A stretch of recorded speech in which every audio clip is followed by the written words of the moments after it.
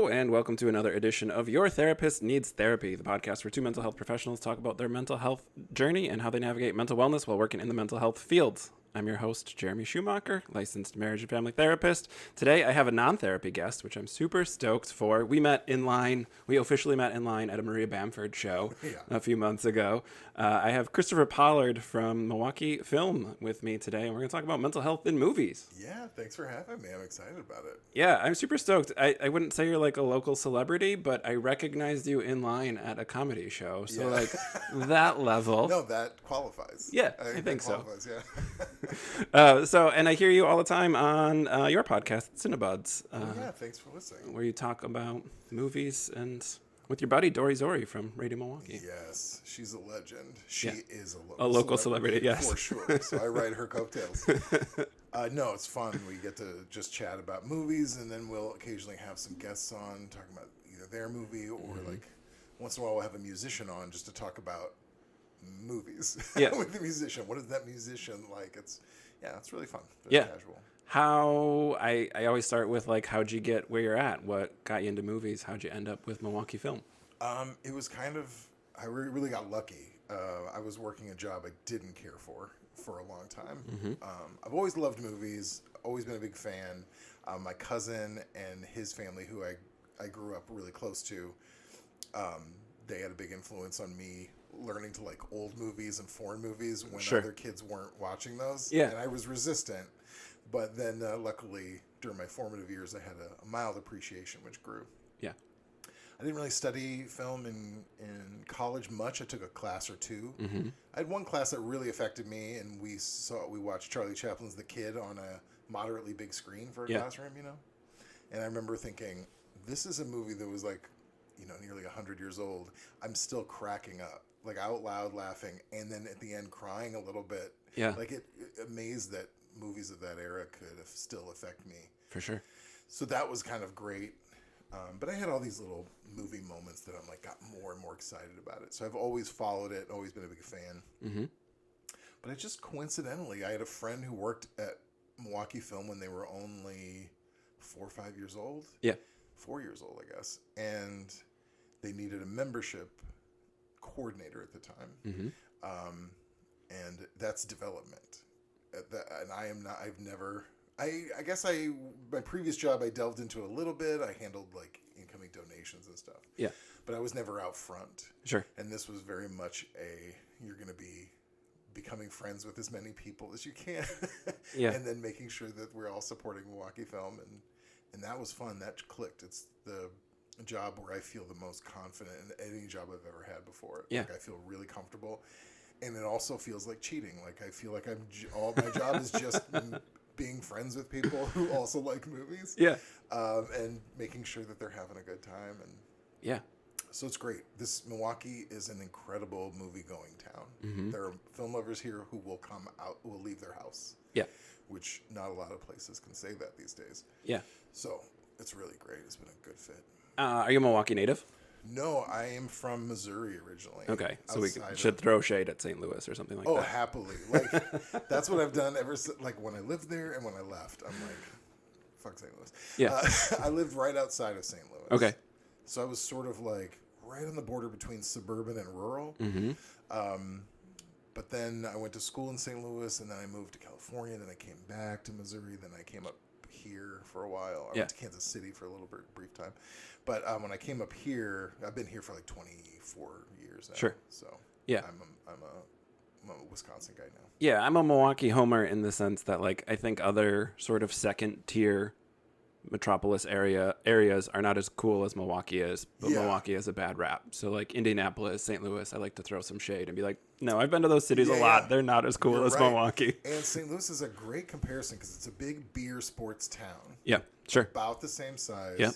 That has done worse than Milwaukee. Yeah. And Milwaukee does those better. And even though I don't like beer or sports, I still have some weird pride about the comparison. Yeah. But I love everything else that Milwaukee has. Yeah.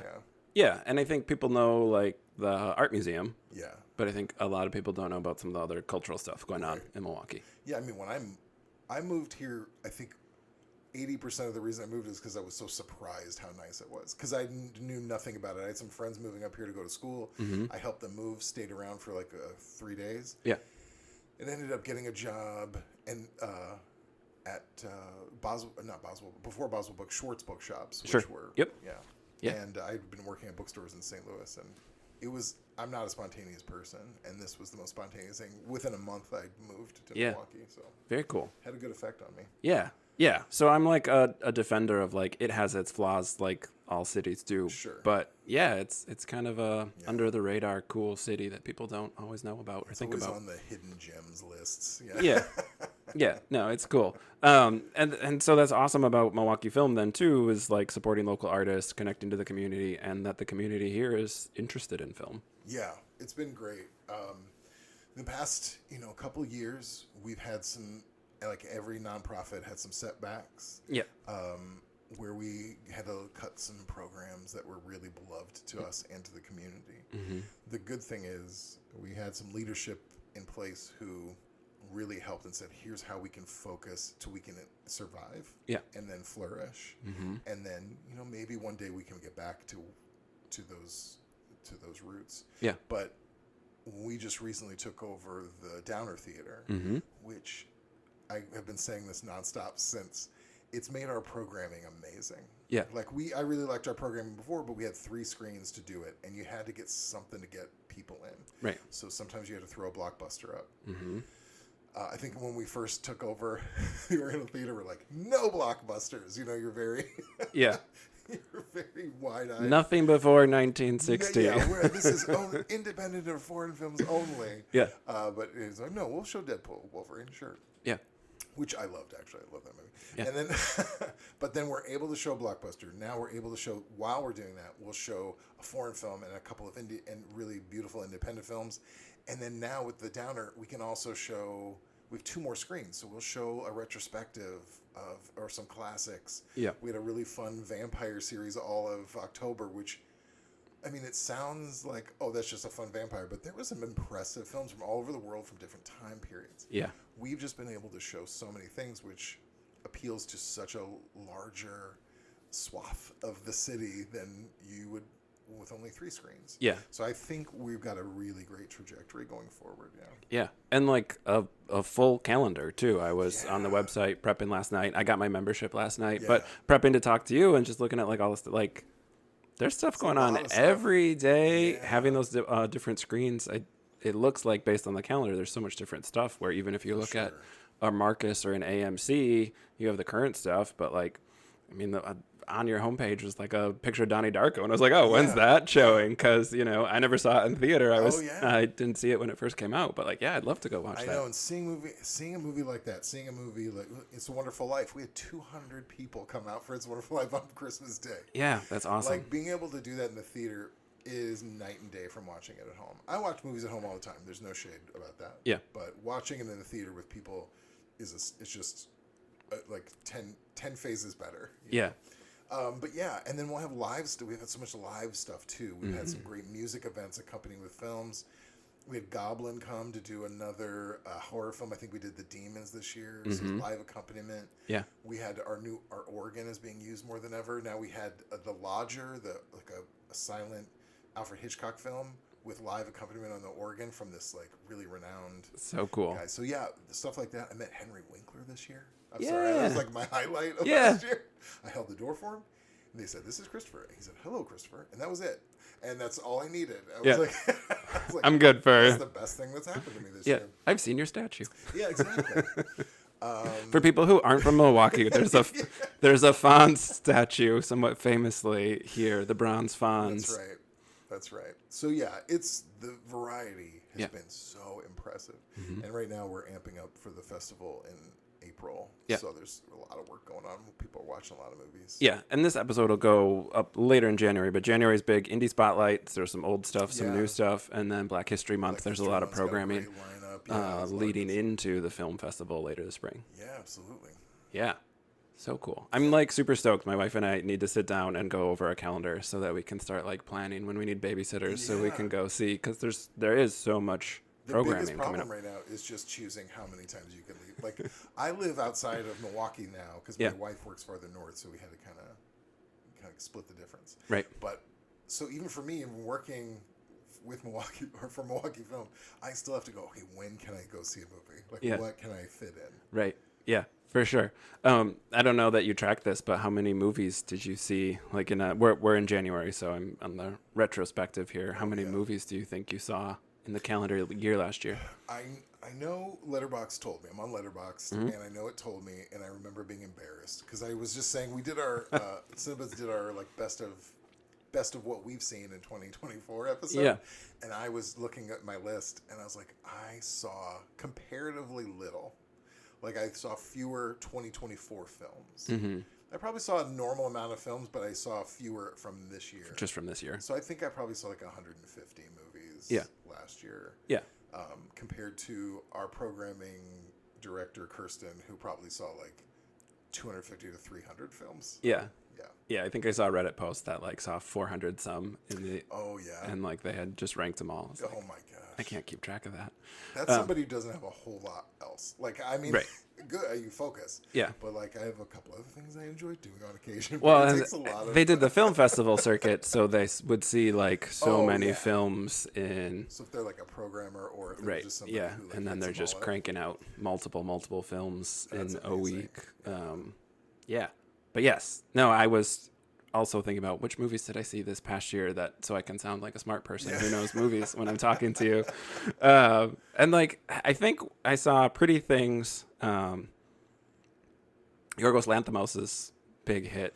Oh, Poor Things? Poor Things, that's what I meant. Yeah. Poor Things. And like, I think it's the first film I saw since COVID in theater. Oh, wow. Really? And not just because my wife and I had a kid. So we had a child during COVID, which wasn't ideal, but like, so not that I've been at home since then, just it's been hard to get out to a theater to see a film. And I went and saw it by myself, and I was just like, oh yeah, I love movies. I love seeing things in the theater. And then I saw his next film, Kinds of Kindness. Yeah. Which I really liked. It's my kind of movie in that there was one other person and they left halfway through. And I just texted, I pulled out my phone. I know that's taboo, but like I texted my wife. I was like, the other person who was here left. So like, I'm having a good time. The only time it's okay to pull out your phone in theater is if you're the only person. There's no one else there. Yeah. That's really fun. And I have the same thing, but with the festival, it's different. I enjoy a full crowd for a lot of films. Like a comedy, I want there to be a full crowd. I want to hear everybody laughing. Yeah. For a thriller, I saw a movie called The Green Room at Sundance. The one time I got to go to Sundance, and I saw The Green Room. Full house. I think it was like a 10 a.m. screening because it was like an industry screening, so they don't really care what time. There's like, we'll just show we'll show a really intense movie at 10 o'clock. The entire room during a particular scene all gasped at the same time, and I started laughing, and a couple other people did just because we're laughing at each other. Right. That's great. Yeah. But there's occasionally, I really do love it when there's like, oh, please let there be nobody here for this. I just want to, I don't want to, I'm worried, especially if it's not our theater, and not to be, territorial, but I feel like at our theater, you don't get a lot of the people talking with rowdiness, unless it's a screening that like is for that, like Rocky Horror Picture Show or something. Yeah, for sure. But yeah, when I'm on, like, I don't know how you guys do things at this one, so I don't want a lot of chatting. Yeah. Yes, I had the experience because I have young kids. We went and saw Sonic 3, which is in theaters right now, and that's kind of the first like kids movie I've probably seen since I was a kid. Oh wow! Okay. The OG Lion King was my first in theater movie that I saw. But yeah, so it was. That's a good one. Saw Sonic 3 and like it's just different when there's kids and there's chatter and there's people dropping things. Like it's a different vibe. I'm a lot more tolerant when it's a kids movie and there's chatter. I'm like I get that, and then I can make it more fun. Like just hearing how excited. When you're there with the kid, it's very exciting. If you are a full-grown adult, you shut it up when you get in there. Yes. I'll go see Dog Man when it comes out with my kid. For other parents who have kids, they understand. Like, his eyes got so big because he didn't know that was a thing, and, like, watching the previews. So, like, it is cool to see some of those films with their target audience where it's really fun to watch that experience. I mean, when I saw Barbie, I waited a week or so because it was, like, so packed. Everything was so packed.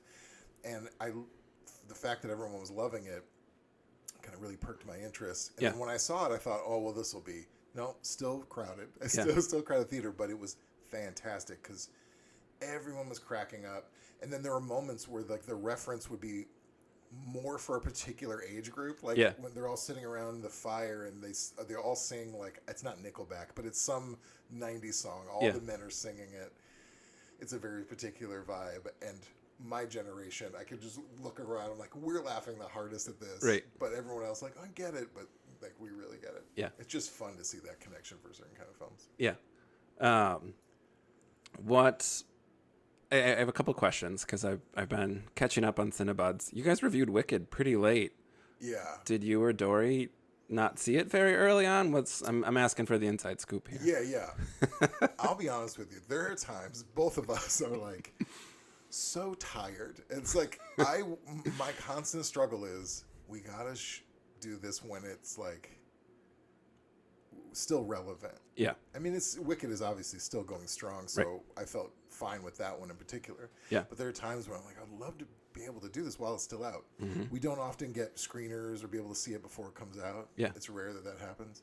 So often it's like, at least let there be a week left while we're talking about it. Yeah. That's why Wicked, we felt like, well, this is going to be in the theaters for a while, so we have time. And it was around the holidays, which is always hard to schedule. Yeah, I feel that as a podcaster, like trying to get your content out when something is relevant still. Yeah. But like it takes I don't want to say it takes some of the joy out, but like if I know I'm reviewing something, it's different than if I'm just watching 100%.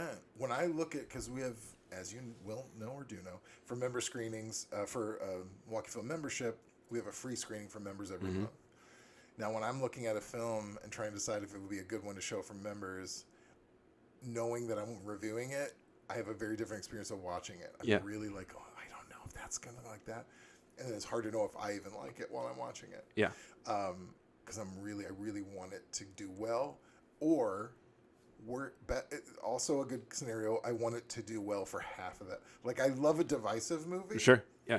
I'm fine if it gets a 3 as long as it's a 1 and a bunch of 1s and a bunch of 5s. If it's a bunch of 3s, I didn't do a good job. Right. I don't do that very often. There's like a couple of those per year, but most of it I want it to be kind of broadly. But yeah, having that experience of reviewing it. For Cinebuds, it's not the same. Cinebuds, I know I'm like, oh, I don't have to worry about pleasing anyone yet. Yeah. Until I do the podcast. Right. I just have to see what I think about it. Yeah. But that one I wasn't as excited about that as everybody else was, and I didn't honestly realize what a following it had until just a couple weeks before it came out. I'm like, oh, people are really excited about this. Yeah. And then I saw it, and I really, really liked it. Mm-hmm. It makes me want to, and I think I said this in the podcast, I want to read the book really bad because when I was working in bookstores many, many years ago, that was kind of the heyday of the book. Mm-hmm. And I knew it was really popular, and the idea of it I really liked.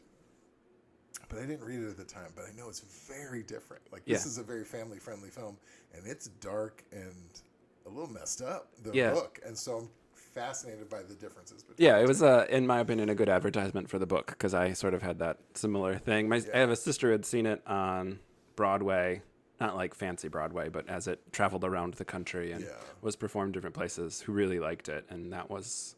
She and I are different enough people where that didn't tell me I needed to see it. So I went and saw it. I saw my Christmas holiday was Wicked with my wife, 2 kids to Sonic 3, and then I saw Nosferatu. So I had 3 days in a row of movies that were, one of them was for me and 2 of them were not. But yeah, I really liked Wicked. I'm not a musical person, so... You know what? I say that a lot. I say I'm not a musical person, but I have so many exceptions to that rule. Yeah. But I get what you mean. Like, if that wasn't a musical, I would have been fine with it. Right. It could have been a great hour and 40-minute movie without any of the songs. And I don't know what it takes for me to love a musical. Singing in the Rain, one of the best movies ever made. Mm-hmm. Sound of Music, I did not care for. I don't understand the appeal of that movie. Yeah. But everyone looks at me like I'm crazy. I'm like, yeah, I didn't think it was very good. Yeah. But there's a great contemporary one called Hedwig and the Angry Inch. Mm-hmm. It's one of my top 10 favorite movies of all time. Yeah. So funny, and the music is amazing. So yeah, and yet at my soul, I feel like I'm not a musical person. But there's clearly been shown that I am. Yeah. Yeah. How do you sort of approach selecting movies or like talking to people about like, hey, I think you'd like this movie, knowing there's such a wide range of audiences out there? Well, that's our marketing folks have their work cut out for them because of the variety we're showing. We're trying to reach a lot of people. But me personally, like I program just for the member screenings. I used to program for the festival several years ago, and that was really fun and exciting. And you kind of get a sense. I mean, if you go through one or two festivals, you get a sense of what people went to. And then luckily, I'm out there talking to people a lot. So I get the feedback every day. Like literally every day I hear what they're liking, what they're not. So you just have to talk to people and find out what people like. And you see the trends of like, oh, this group is really enjoying this. Yeah. So just talking to people is really the way to do it. Like really finding out, listening to them, whether it's in person or online. And the great thing about Milwaukee Film is that running 2 theaters where your boots are on the ground in the city you're showing them, you get that so easily. Yeah. You can just listen to people and say, well, I want to see this. So people will send me suggestions like, hey, are you guys going to show this? Or I really hope you show this. I send that to our programming team, and they're like, if we hear that enough, then I'm like, yeah, I guess we should show it. For sure. It's not, so a lot of people think, oh, this is going to fall on deaf ears. No, this is what we want. Well, that's part of what's like lovely about the community aspect of something like this. When you're plugged into the city and the city is plugging back in, like to get that feedback is, you can't succeed without that. Yeah. And so we don't. Well, we plug in. And this is shifting maybe into the mental health topic, but like movies are such a connective experience for people. No, for sure. I think movies, out of all the art forms, maybe tied with music, are the most accessible and the most widely loved. Like widely absorbed. Movies and music, constantly downloading them, constantly absorbing them. Yeah. So what a great way to be able to share so many different voices. And I think that is absolutely key. Not just socially, and I've said this a lot, not just socially. Of course, it's going to make you a better person if you know what different kinds of people are thinking. If you've been in this, I grew up in a small town / suburb. I was in a bubble, but luckily I had family whose parents have traveled. They taught them stuff. So like I was lucky enough to be exposed to stuff I wasn't. Yeah. Wouldn't have normally. But if you're not that, if you don't have that, movies and music and not the internet. The internet, the internet should be a tool for being exposed. It would be nice. Man, that's a needle haystack situation. Yeah. But movies, there are so many, and from all over the world, that you can find out what it's like to live in an area that you'll never get to. That's so remote. You can find out what people are like, actually, maybe even just 25 miles from you, but you'll never meet them, and their experience is going to be a world away from what your experience is. Yeah. So socially, that's so important just as humans to be able to see other people's voices. And it doesn't have to be those intense, gritty documentaries. It's also just fiction. How do people express joy? Right. You see that, oh, this person's so different from me, but they're having the same problems or they're having different ones. And in this context, it's hilarious because it's a comedy. Right. But then also just as a person who enjoys things, why would you not want to enjoy more things? Like I like hamburgers, and I am happy to try hamburgers from different restaurants, and I have a hamburger I really like. But there is spaghetti. There is salad. There is stuff all over. There's tabbouleh. You've never tried tabbouleh. Like, try these things. Yeah. All it's going to do is give you pretty much a 50-50 chance of liking a new thing that you can now enjoy that just as much as you liked hamburgers. Right. Just variety, the spice of life is like never rung more true to me than it does these days. and just like again, that difference of perspective. I think the boom around podcasting is our brains like stories. That's how we make sense of the world. We're storytelling creatures, but movies do music and pictures together in a way that other medium just can't sort of replicate. That's right. I mean, trying to get people to read books these days is a real slog, and I'm absolutely book obsessed. Yeah. And I really hope people read more, because I do think that does the same thing. But yeah, movies are an easier way to get that. Very approachable. Very approachable. And the great thing, and this is what I love about Milwaukee Film too, is not just at the festival, but year round, beyond the movie, we're also able to, like you said, lock into the community, bring people in to talk about what they just saw. Yeah. Really sadly, our education department had to be cut this year, which was an absolute tragedy for our organization and for the thousands of school kids that took part in it. It's something that I really hope one day we can get back to. But that doesn't preclude us from still providing that same content and to the community and reach out to people to encourage them to come on their own. Yeah. Because then we can also have these conversations around it. We had a great documentary about self-harm and suicide not long ago during our Dialogues Festival, which is new. This past year was new. It's a small documentary festival. And we had a lot of conversations attached to most of those films where people afterwards could talk about it. Yep. That particular one was I forgot whether it was a very rainy or very sunny day. Both are very we might not get a big audience in this particular time slot. Yeah. And we didn't. So Rachel, one of my colleagues, suggested we need to show that again. We need to bring it back, really push it, maybe make it free for members, really get people out. And I think we had 200 people come out for a really important conversation where we had a great panel who talked about it afterwards.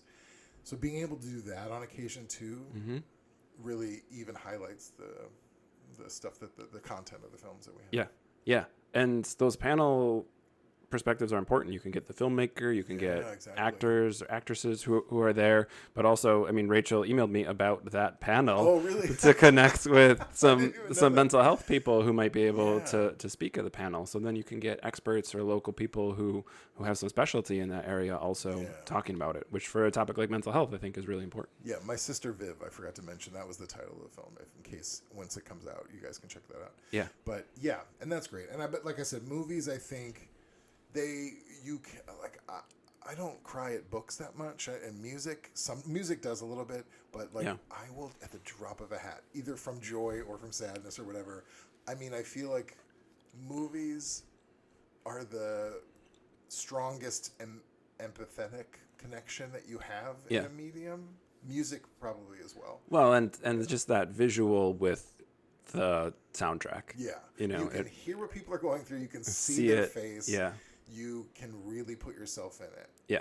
Even if it's a film that you can't identify with personally, you can see what's happening to someone. Yeah. And whether it's something really joyful that you appreciate and just fills you with emotion, or whether it's tragic and it makes you really feel pain for them and really makes you want to do something.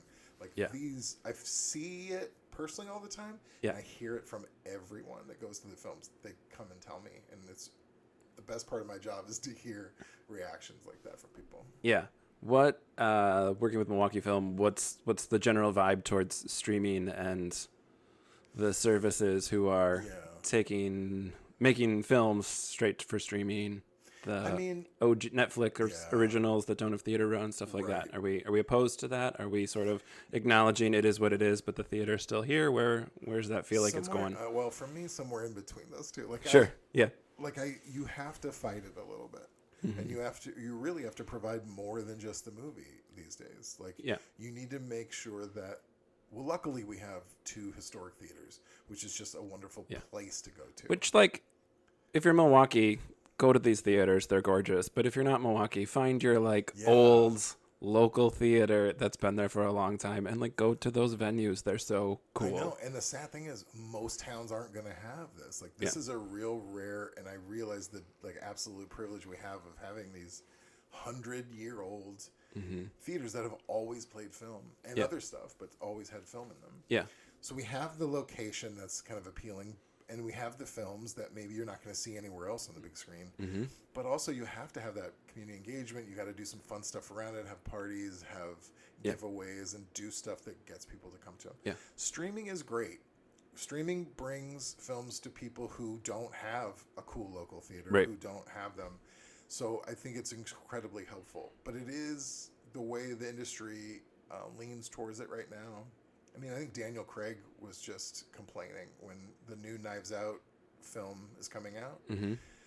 And he was really complaining because he, I guess, had agreed. He had heard they were going to do a theater run first. Yeah. And Netflix didn't do that, and he was kind of pissed about that, which is understandable. Having that theater run is really important. Like, keeping theaters alive is challenging because you don't have to. You can just wait a little while, or sometimes you don't have to wait a little while. I think it does help us that they want you, like, if a new movie comes out streaming, it's like $20 like on Prime or something. So it's like, it is cheaper to just get up and go to the theater, and it's more fun. Yep. But yeah, it's a struggle because the timing of it is so thin sometimes between when it's going to be streaming and when it's going to be in the theater. Yeah. Festival films and independent films, I think it's less so because you don't have that urgency of a giant blockbuster. But if you want some of those bigger films, you really have to kind of walk a tightrope. Yeah. I do think there's still so much more, like, I don't know, Nosferatu is like a good example for me where, like, I watched the old one knowing the new one was coming out on my phone in bed, and then, like, to go see it in theaters, like, it's just such a different experience where, like, streaming's nice. I could watch this film from 1922 or whatever it's from, like, it's just there, and also, like, I'm watching it on my phone, which is phone. I know. And not even a laptop? Not at all the kind of movie my wife would watch with me. So, it's just on my phone, in bed. Yeah. I think I've only watched a movie on my actual phone. I mean, I had to watch them on my laptop for, like, screeners and stuff occasionally. But I think I watched, just because I was in a hotel room and and the TV wasn't working, I watched Captain America on my phone. Sure. I've watched most of the DC films on my phone because I was traveling and I spent so much time with a delayed flight in the airport that I sort of binged them on my phone. And I was just like, this is not how they were meant to be watched. No. But no, it's necessity only. Yes. All right, let's pivot here a little bit. Yeah. When you think about movies and mental health, what pops into your head? When I was thinking about it before I came in, what pops into my head is the, like, abhorrent treatment of mental health from the 80s. The 80s was my, like, sweet spot growing up for movies because that's when I was, like, a teenager and thinking back, and at the time thinking about how funny it was. It was always used for comic relief or for, like, the bad guy. Yeah, serial killers and stuff like that. And I don't really know. I'm sure that had an effect on me. I don't know. I don't think I put a lot of thought into mental health in the 80s. There was not a lot of talk like there is now about it. Yeah. So I don't even know if it even crossed my mind. But I remember there was a movie with Dudley Moore called Crazy People in the 80s. Yeah. And I don't remember, he gets sent to, like, an asylum. I'm using air quotes. And there's all these very funny and delightful people who have mental health issues, but they make it in a very funny way. Yeah. And thinking back about that now, and I talked to somebody who's at our festival who's in the industry, and he said he wants to make a remake of that movie. Now, this was like 7 years ago. Yeah. But I was like, I didn't really get too much of the conversation. I'm like, do you mean like a more progressive version of that? Because I don't know how you would make that movie today. Right. Yeah. Or should you? Probably. But yeah, I mean, it was treated as a joke or a danger for most of my life. Yeah. And it's only been in the last, I mean, you would know better than I would, like 10 years maybe? Yeah, because I would say still the early 2000s, it was still, if a character had bipolar, they'd probably end up going crazy, quote unquote, and hurting somebody by the end of the film. Yeah, exactly. Even where we know statistically people with mental health issues are far more likely to hurt themselves than they are to hurt anyone else. Yeah. But yeah, I mean, I think of 6 Feet Under, not a movie, but like a show that up to a certain point did a really good job dealing with some heavy topics, but their bipolar character is like the bad guy and he's crazy and you can't trust him. And like, so still not an accurate portrayal up to a point until it has to be a plot point, and then it's a bad thing. Yeah. And then there's I've seen documentaries, I guess, that deal with it here and there. There was a movie, and this was really interesting. There was a movie called Frank. Yes. Do you know that movie? Yeah. I do. It's one I wanted to talk about. So I'm really? So stoked that you have seen it, first of all, and recall it. It was actually a member screening. Domhnall Gleeson before he blew up and was in a lot of things. Yeah. And I really loved that movie. Yes. I really loved Frank.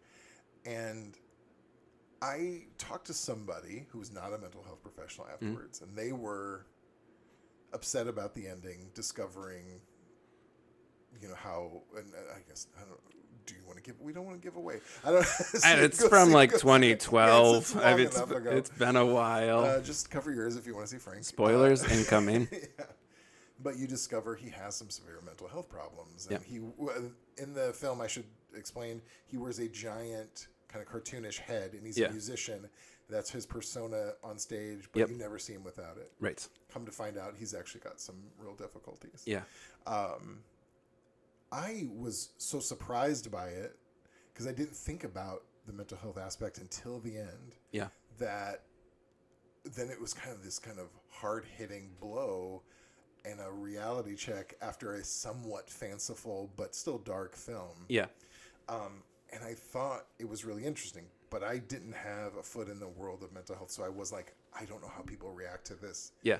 Is this a bad projection? So Is it a good part of the reason I want to talk about it is because I love the portrayal in that film because we don't really see it from the lens of mental health till the end of the film. Right. And Domhnall Gleeson's character, I think he's the drummer maybe. He gets pulled into sort of the keyboard player. Yes, he gets pulled into the mystique of Frank and what a creative he is and what this genius and so we see it from these different lenses with these different characters versus the bandmates who've been with Frank for a while and probably done the ups and downs. Yeah. And there's mental health issues in some other characters in that film too. So I just love the portrayal of it is affecting everybody all the time, even if that's not the focal point of the film. Right. And Michael Fassbender plays Frank. So again, most of that movie, he's under the paper mache or whatever that is. Fascinating that somebody of that such stature a big is actor. You don't have to show my face. Maybe at the end you'll see it for a second. Yeah, right. Yeah, Maggie Gyllenhaal's in that film, and really good soundtrack. Yeah, a made up band are really good. And I read the book. It's a very short book by John Ronson. Sounds like right. Ron Johnson, but it's the opposite. Yeah. Luckily. Yes, fuck Ron Johnson. Yeah. For Wisconsin people. Yeah. There was a really short book about Frank that I read afterwards, and it was very, very similar. Yeah. Just hearing about him. It's I think Captain Beefheart, and there's an actual British celebrity who wore a paper mache head. So it's an amalgamation of a couple different real life people. But that and Lars and the Real Girl are with Ryan Gosling are my movies that I tell people if you want an actual view of what real mental health is, these movies do a good job without demeaning the people who have the mental health issues. Yeah. And Lars and the Real Girl, Ryan Gosling, in my opinion, is autistically coded in every film he's in. So that's weird for me to watch him in an action film and be like, but he's autistic. Is he autistic in this film or not? It's a weird thing where I like to pretend every actor's filmography is connected, so my brain has to connect. Yeah, that character is still this character. How did we get here? But yes, Lars and the Real Girl is basically he has this long relationship with a sex doll. It's not sexual at all, but because he's struggling to cope with some pretty traumatic stuff from earlier in his life. And I love that movie for the way Community responds to it. Yeah. Rather than sending him to an asylum, they have to sort of come together and figure out what's actually going on. Right. But those are both really good portrayals, I think, of this person has a job, they're a functional member of society, they go about and are also really struggling. For sure. Those are wonderful movies. I know I saw Lars and the Real Girl a long time ago. Yeah. Really liked it. I don't have good current examples. Yeah. It is still far, even with our conversation shifting, I think it's still few and far between that do a good job of landing the messaging and also having an accurate portrayal. Yeah, and I also think it's an interesting, and it's kind of, I don't know if it's silly or not, I guess I can't say, but you don't want to have those outdated versions of mental health in movies anymore. It's really disrespectful. Mm-hmm. Then there are also filmmakers who are just scared to approach it because they don't want to be listed as somebody who's doing it incorrectly. Yeah. And you should. It shouldn't be a fear, it should be a concern, it should be a thoughtfulness. Right. And just make sure you don't, I think for those artists who are worried about delving into a territory that they think is going to poorly reflect on them. Yeah. that just means that you need to talk to more people. You just need to consult and chat and make sure you're doing it right, but you should still delve into the topics. Yeah.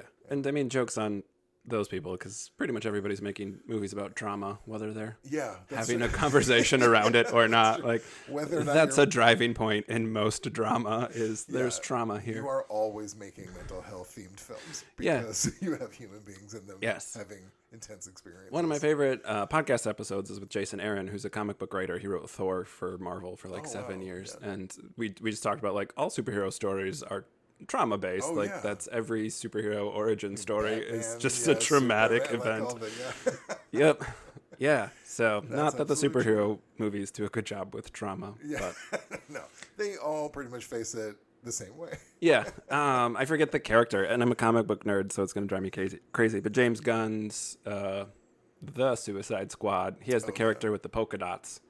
And that's a very weird side story that's deeply steeped on trauma, and it's just a weird sort of side plot character. That's right. And the thing is, I always think too, we were talking about comedy earlier, and I'm a big fan of comedy, and I feel like comedy has almost a license to explore more uncomfortable stuff than most other art forms. And I feel like in comedy films, or you can still have fun and be lighthearted about serious things. Yes, for sure. As long as you're coming at it with respect and you understand you can do it with everyone instead of at people. Yeah. You're not punching down, you're exploring it. Yeah. Humor is a unbelievable balm, and it's also an unbelievable way to path to awareness too. I mean, Maria Bamford, actually, I don't even think about this. Maria Bamford, we were talking about her. She is very open about her mental health challenges, to an extreme, to a level that most people wouldn't be. Yes. She manages to do it with humor, but empathy at the exact same time. And she does it seamlessly. Yes. It is definitely possible. And I don't think it's as hard as everyone is concerned it would be. Right. You're not going to make the movie Crazy People with Dudley Moore anymore. That's not the same thing as how you do it now. Now you do it.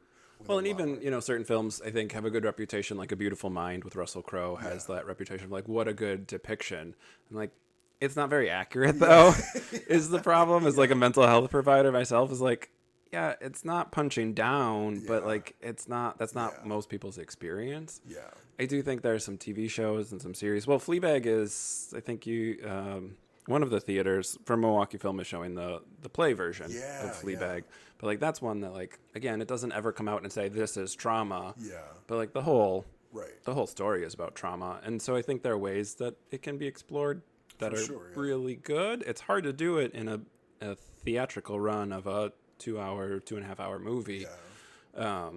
There's definitely difference between movies that are explicitly about mental health, where they'll name it, versus ones that are it's how do you getting a spoonful of sugar makes the medicine go down? You're learning about it whether you know it or not. I mean, you can't tell me Oppenheimer isn't about Robert Oppenheimer's mental health disintegrating throughout the course of the film. It's there, even if it's not named or it's about that. The first half hour of that movie, I was yeah, we're gonna do how he loses his mind. That's what we're doing. Awesome. And then they sort of backed off of it. But that was during a phase. I say phase I'm out of it, but it was during a period where I could not watch movies like that. And I need to watch a lot of movies so I can talk to people about them. Yeah. But I couldn't watch Oppenheimer. I watched Barbie twice instead. Sure. Just because I just didn't feel like I was in a place I could handle super intense movies that are a little too close to home. Yeah. For everybody, for the whole world. I mean, Barbie's kind of on the nose. It is. Though Barbie deals with some great stuff in it. In a comic, from a comedic lens. From a comedic lens, but they do it in a way that it's rustled feathers from people who were not used to not being... I'm the one that's celebrated. Right. You're not... It's not about you right now. Yeah. I like how they do it with many spoonfuls of sugar. But that's what I can handle, and I appreciated Barbie for many reasons. I think it's a great comedy that has a bunch of different styles of comedy blended in. Yeah. Even if you set aside some of the messaging. Anyway, what was my point? Oh yeah. So, but yeah, there's a lot of them I'm finding these days where going into them, I'm like, if it's too, like Nosferatu I can handle because it's about a vampire. It's like, and I'm sure there's metaphorical things that connect. Yeah. But like something as intense as Oppenheimer, I had to like kind of steer clear of. Yeah. Even though I wanted to see it as a movie fan, as a human, I was like, I need less. I am also selective of my media, especially when I do work like this. Like, there'll be people who, anything that comes up about therapy, they're like, Jeremy, you should watch this. I'm like, no, I'm not going to. It reminds me of my work, and it will distract me that it's bad. But, like, family dramas and, like, stuff that's really, like, interpersonal relationship driven is, like, the point of the story. I tend not to watch those because, like, that's therapy. Like, how I would work with that and like the people who I see who are dealing with the fallout of that. So some of that doesn't feel like the escapism that I'm looking for with some of my media. Yeah, totally understand. And I don't want to be a person that only goes to movies for escapism. Right, and for I'm sure. Not. I feel like there's still certain things that I can dig into that are going to be intense. But maybe it's not maybe it's more of a global scale kind of a thing. Sing Sing was a wonderful movie this past year with Coleman Domingo, about a man in prison who participates in this great theatrical program they have in prison, and all these plays they put on and how it affects the men. And besides Coleman Domingo, the rest of the cast, for the most part, were actual inmates who had participated in that program. Yeah, it was an intense movie. A lot of drama opened my eyes to a lot of things because it was a view of the prison system that wasn't about prison and the typical things that you think of. Sure. It was about people in prison doing their sentence, but also learning to emote, learning to play, learning to be vulnerable with each other, which I'm like, what a better place and time to teach someone that. Yeah. So those kind of movies, like, definitely I can dig into. Yeah. But, it's just kind of, you have to pick and choose. Yeah. I have to do that with documentaries, too, because especially I'm a religious trauma specialist. So, like, over the past couple of years, at least from a documentary perspective, the number of documentaries that have come out about definitely the culty stuff, that always will get headlines and grab people's attention. But some of the more mainstream, larger religious groups and the abuse and stuff like that, it's good to be aware of, and a lot of it's hard to watch. That's a big thing that I've realized about myself too, is that while I didn't go to church as a kid, I had a lot of people try to get me to go to church because I was from a town where there was like a non-denominational church. I'm putting that in quotes. It was pretty much evangelical. Sure. But so many people were wrapped into that church, and a lot of friends I hung out with my whole childhood we could still kind of find common ground beyond it, but I was not a religious person, and I saw a lot of the bad.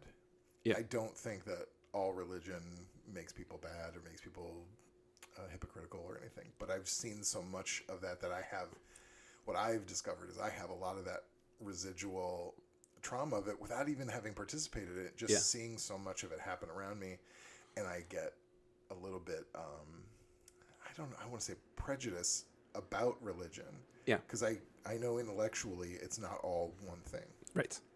But I tense up at the thought of it and the discussion of it.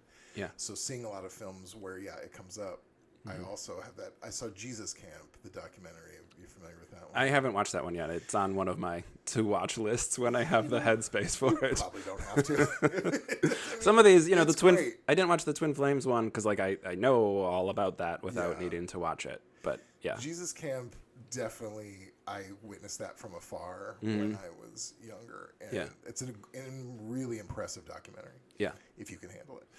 But that one rang true for me. Yeah.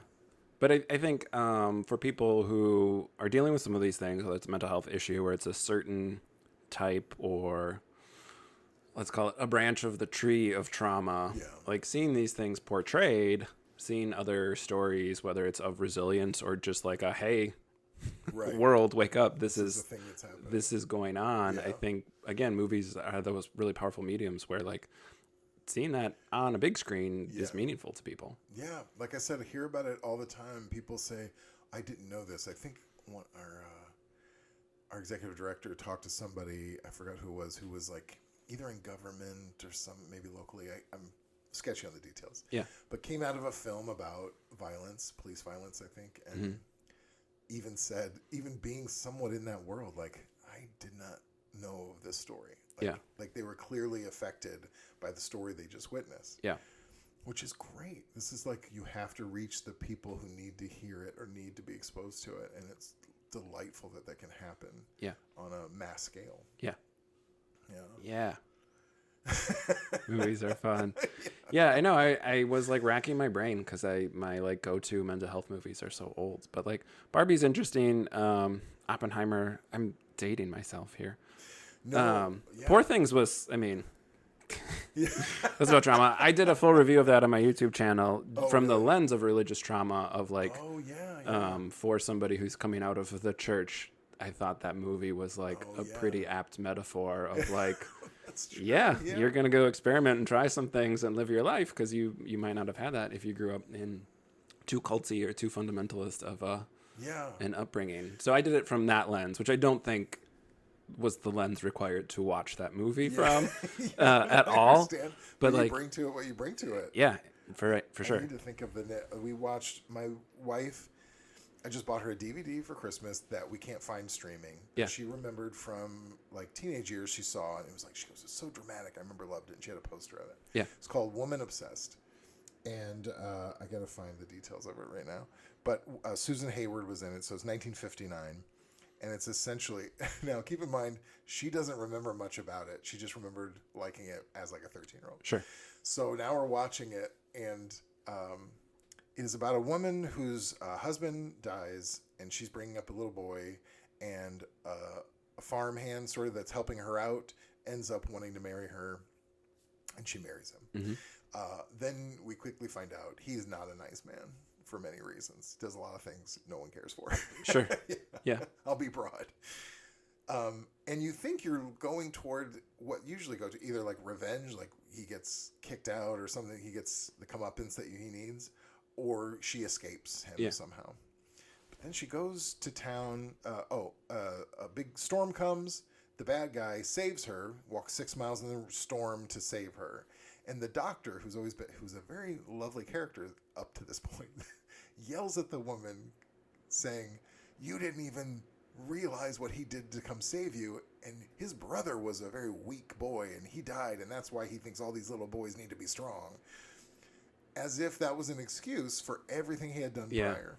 I was kind of laughing while we were watching it, realizing how insane the messaging was behind this movie. Mm-hmm. I mean, it is 1959, I understand. Sure. But still, I mean, there's a lot of movies at that time that still understood the bad guy is the bad guy. Yeah. And he definitely, interesting, they do explore his childhood, why he was doing the things he was doing. He had these experiences, but they put all the blame on the woman for not understanding it and putting up with absolute horrificness. Yeah. It is wild to see these movies from different generations that put no thought into what the actual outcome should be in a film like that. Well, I with mental health, I said accurate portrayal, and so stick the messaging is really hard because you can get one without the other, and it still doesn't end up being a particularly good story. I need to go back. I love that you brought up physical DVDs. Oh yeah. Because I need to comb through some of my old DVDs. Like, there's just so many like weird gaps that aren't on streaming in places. I know. I'm always surprised. It seems like everything is out there, but it's not. It's not. Yeah. And it's really interesting. There's like movies with bigger actors that here and there, just because it wasn't like, a blockbuster, you're not going to find it. Yeah. And I had to buy recently a region-free DVD player. So for those who don't know, in America, you can only buy American DVDs. In England, they have a different contraption. Right. Like you can't watch them over here. So the region free means you can watch them from all the different regions of the world. Yeah. Because I got a DVD of a movie called The Music of Chance, which has Mandy Patinkin and James Spader. And it's based on a great book by Paul Auster. And I remember seeing it a long time ago and loving it. And I got the DVD and I realized it was like an Australian DVD. Yeah. So I couldn't watch it. But yeah, you have to really dig in now. Like DVDs were so ubiquitous. Yes. And now it's like, I got to find the one particular one somewhere It on does eBay. feel great to like pull out Yeah. that physical DVD you have and be like, I know it's not on Netflix or Prime or anywhere, but like this is a fantastic film you need to watch. Layer Cake was mine for a long time. Oh, really? With Daniel Craig before he was James Bond, and very young Tom Hardy is in that film. Yeah. You can't find that streaming? It's a good movie. I think it's on Prime now, but for a long time it was like nobody had heard of it. Nobody knew what I was talking about. And I was like, no, this is the movie that got Daniel Craig James Bond. Like you need to see what happened before. It's a really good movie. Yeah. So yeah, there's a good feeling to go into that DVD, that binder of old movies you own. Blowing on it just in case there's dust and it's gonna like freeze in the middle. It feels like it's almost like vinyl now. It's not exactly the same, but you have to treat it a little bit better. Yes. I don't use my DVD player that often. I'm obsessed with these British comedy panel shows, TV shows. Yeah. And a lot of them are on YouTube, but sometimes I'm like, no, I want in case it's not on YouTube. Sure. Or in like 8 out of 10 cats, or yes. Yeah. Oh my gosh. Yeah, Taskmaster is pretty ubiquitous. But Taskmaster, yes. There's a sketch comedy show called the Mitchell and Webb Look. Mm-hmm. Oh, you know all these. I like a lot of British stuff. Me too. Okay, we're gonna have to have a whole other podcast just about this. But yeah, so like there's one called Travel Man with Richard Ayoade. And so there's only two seasons where you can't see full episodes. So I'm like, I gotta get a whole different DVD player just so I can see those two seasons. Yeah, it is a little bit. I also have vinyl. I'm a hipster for the people who can't see my large beard and long hair. I have a record player in my office in the therapy room. But yeah, it is like a little bit of that combing through stuff, trying to find it. And it does feel nice. Like, I'm glad to meet you to know that you like the same thing that I like, but it also feels like this is my little secret that I'm into. I'm sharing Layer Cake with everyone, but like I still want to say I was watching it first. That's right. So I'm curious, like, what's either something that you think people missed last year, or what's a thing you really want to highlight, being respectful of your time here? What's the thing you want to highlight that's coming up soon that you're excited for? Okay. Now, you may have to edit me because I need to look at my activity. This is a really formal podcast. I'm jotting a note down for my media person. We might not cut it. Yeah. Just listen to me grunt. And like breathe heavy. Scroll on the phone. You know what I'm gonna look at is I do keep a list on Letterboxd. If you're not on Letterboxd, guys, you did say that earlier, and it reminded me that like if I'm gonna watch more movies this year, I need to, because trying to remember what I saw over the past 12 months is very difficult. Yeah, remember what you saw. You can keep lists of like I'm doing an ad for. We're not sponsored. I can ask them. You can create lists of like, these are the ones I want to watch, and you can see what your friends are watching. I find it very helpful. Yeah, but you can judge other people for what they're watching. And that's the best part. But I keep a list of all my favorite ones from the year. Yeah, I will say that the document, and I love Gene. I'm a huge Gene Wilder fan, and so. It was actually our audience favorite too at the festival was Remembering Gene Wilder. Yeah. Even if you're not a Gene Wilder fan, you will be after watching it. So I highly recommend that one from last year, which I believe if it's not streaming yet, it should be soon. The last couple of years had some amazing comedies, and I feel like there was like a lot of dry spot for comedy for a while. I love a broad comedy. I have no problems with a broad comedy. I've seen Step Brothers many times. Yeah. But it's just haven't been really good ones of those lately. Yeah. But and a lot of female forward ones, which I found really exciting. So besides Barbie, there was Thelma, another huge favorite from our fest. It's kind of formatted like an action movie in a funny way because it's about a 90-year-old woman who's trying to track down someone who stole her identity. Sure. But in a very funny way. It's a very low stakes action movie. But our audience was just, I feel like every day of the festival go, have you seen Thelma yet? It was sold out so much. Thelma should be nominated and should have been nominated for stuff. Yeah. Comedies, and this is just the thing I always harp on, are not treated the same as dramas, and it is absurd because comedies, I feel, are objectively harder to pull off. Yeah. And you need a very particular talent. I feel like a lot of dramatic actors can't do comedy, but almost every comedian can do drama because they have that same and intensity. Thelma, Barbie Babes was a great one that has Alana Glazer in it. It was very funny about pregnancy and motherhood and friendship. Sure. And then Bottoms, I believe, which was last year. Yeah. Also a very funny teen comedy too, from a slightly different perspective, a little bit over the top in a really fun way. I got some that I need to check out because I haven't seen all of those. So I'm always a big fan of that. But what I would say going forward is obviously check into what we're showing. But I love the series that we're doing. Like it's either really fun or really important. We did one on. I just blanked on the names. I told you before we even started recording this was going to happen. We did have this conversation. Yeah. Powell and Pressburger. Okay. Powell and Pressburger, British iconic directors. We had a small run of like 5 of their films. So we'll have something like that, these British 50s, 60s films. But then we have our vampire series from October that had like 20 vampire films from every generation, all these different countries. Yeah. But like you said, we have indie breakouts because Sundance. January is the month that Sundance happens, which celebrates independent film. Yeah. So we're doing some really iconic indie films from that. And like a good mix of them. I was looking really at what's all listed. It was like, oh yeah, that's good. Yeah, from all over, from like stuff you haven't heard of that you should have, or you like we want you to, and stuff that you like bringing back, like you said, Donnie Darko, or we'll show Hereditary. Yep. But To Sleep with Anger is one that may be not on people's radar, which was from 1990. It had Danny Glover in it. An amazing movie. So don't be afraid to go see some older movies in the theater. And I don't want to hear, I can just watch that at home. Yeah. Yeah, but you won't like it.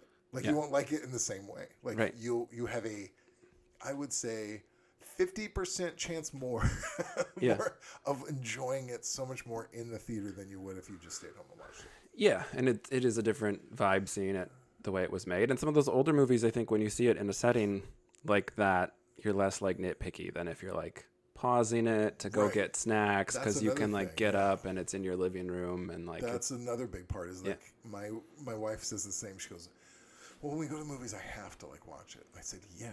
Right. And then you usually, when we leave, really like it. You make an event of it instead of... Not looking up and the Wikipedia page of every actor and then reading that. And then I have ADHD, so that's that's a thing. And then asking me what just happened. I'm like, no, I refuse. You have to. Right. Yes. And let's dig in is ongoing throughout the year on sustainability and different documentaries that are going on. That'll be really good too. Yeah. There's some really good stuff. And then we're planning more. We'll have those throughout, and I'm always excited to see what new series we're gonna do. Yeah. So let's plug MilwaukeeFilm.com, MKEFilm.com. MKEFilm.com. I'm sorry, MKEFilm.org. Yes. If you want to become a member, support us while at the same time getting really great benefits. You get discounts on everything we do, festivals, concessions, tickets year round. You also get a free film every month, which is so much fun. It's kind of like opening night every month. Yeah. This month we're playing Liza, a documentary about Liza Minnelli, which people are really excited about. And we do, like I said, we make sure it's a good variety, so it'll appeal to you, it'll appeal to your wife, it'll appeal to your friend who you're going to come with. Yeah. You might not like everyone, but you'll like many. Yeah. So mkefilm.com, I'm sorry. My fault, .org. mkefilm.org/members, or just mkefilm.org to see what we're playing. Yep. Yeah. And membership is, again, I went through this process yesterday. Yeah. Super affordable. Yeah. Like, it's a good deal. It's a really good deal. Like, I remember when I worked at bookstores, I worked at a big box bookstore once, and they wanted us to push this discount card that was not a good deal. Yeah. Unless you bought hundreds and hundreds of dollars worth of. But this, I am really there's a membership tier that I think was like $10,000. Yeah. So if you've got that money, that's the starting. The Milwaukee Bucks player who's tuning in, that's for you. Yeah, that's a donor level where you really want to dig in. Please don't hesitate.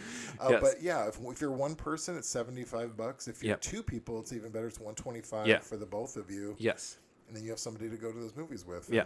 And I was on board, and I was like telling my wife, because it's January, so we're signing up for a lot of year subscription things. Yeah. It adds up quickly, but it was like, she's like, well, how much is it? And I was like, 125. She's like, oh, yeah, duh. Like, super do easy, that. and you, like I said, you get a lot of you get 12 free films within the year, and the discounts honestly immediately start. For me, who has ADHD, the reminders of what's coming up and like that stuff, getting early access to the film festival tickets, like that stuff's important, because I will forget those things until they're happening. We'll remind you as much as you're comfortable with. So like that's, again, sometimes being like just that next level of like engagement, where I've been to the film festival, I've seen films, but like now being a member, like, oh, now I know what's coming ahead of time, and I don't need to like, oh, it's the second. It's the second week or whatever, and I'm missing stuff. Yeah, and when you start coming, I think one of the benefits that is kind of hard to talk about or hard to make clear is it's a really great group of people. Like it's such a fun crowd. We engage with everybody. Like I get to talk to our members at least once a month. I get to go up there and say, hey, welcome, and tell them what's going on. Yeah.